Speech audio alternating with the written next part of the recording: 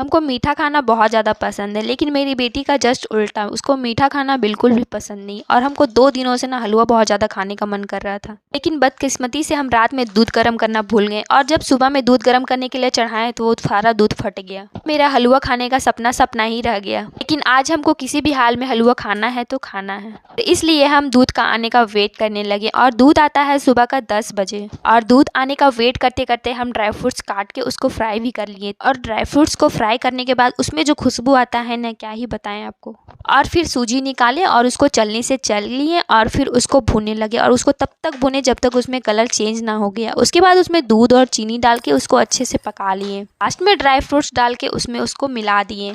और आज का हलवा तो बहुत ज़्यादा लेट से बना था, नाश्ता का टाइम भी ख़त्म हो गया था और सभी लोग ड्यूटी भी चले गए थे। घर में बस बचे थे हम और मम्मी, पर मम्मी का तो अभी बहुत ज़्यादा लेट था नहाने में, तो हम निकाल के यहाँ पे खा लिए हलवा और फिर अपना दवाई खाने लगे। टैबलेट तो किसी तरह खा लिए, लेकिन सिरप से हमको बहुत ज़्यादा नफरत है। लेकिन अगर नहीं खाएंगे तो मेरे हस्बैंड हमको खा जाएंगे, इसलिए किसी तरह से सिरप भी पी लेते हैं। और बाबू अभी सो रही है, तो सोचे कुछ काम ही कर लेते हैं। मेरे हस्बैंड का कपड़ा बहुत दिनों से बिखरा पड़ा हुआ था, तो इसको सोचे आज आयरन कर ही देते हैं। तो सारे कपड़े को निकाल लिए, जीन्स और शर्ट को अलग कर लिए और सारे शर्ट को इस्त्री कर दिए। और फिर सारे शर्ट को अच्छे से इस्त्री करके और फोल्ड करके वापस अच्छे से रख दिए रैक में। और फिर थोड़ी ही देर में दोपहर हो गया और फिर हम दोपहर का खाना खाने लगे। और आज बहुत दिनों के बाद सीरियल लगाए थे, तो सीरियल देखते देखते खाना खा लिए और फिर रेडी होके निकल गए कोचिंग के लिए। और आज बहुत दिनों के बाद कोचिंग जा रहे हैं, दुर्गा पूजा का छुट्टी के बाद आज निकले हैं कोचिंग के लिए। जैसे ही कोचिंग पहुंचे देखी कि वहाँ पहले वाला बैच का छुट्टी नहीं हुआ है, तो बाहर का नज़ारा देखने लगे। फिर जैसे ही छुट्टी हुआ क्लास के अंदर गए और क्लास करने लगे। और आजकल दिन छोटा और रात बड़ा करने लगा, इसलिए जब हम लोग को छुट्टी होता है तो बाहर बहुत अंधेरा हो जाता है।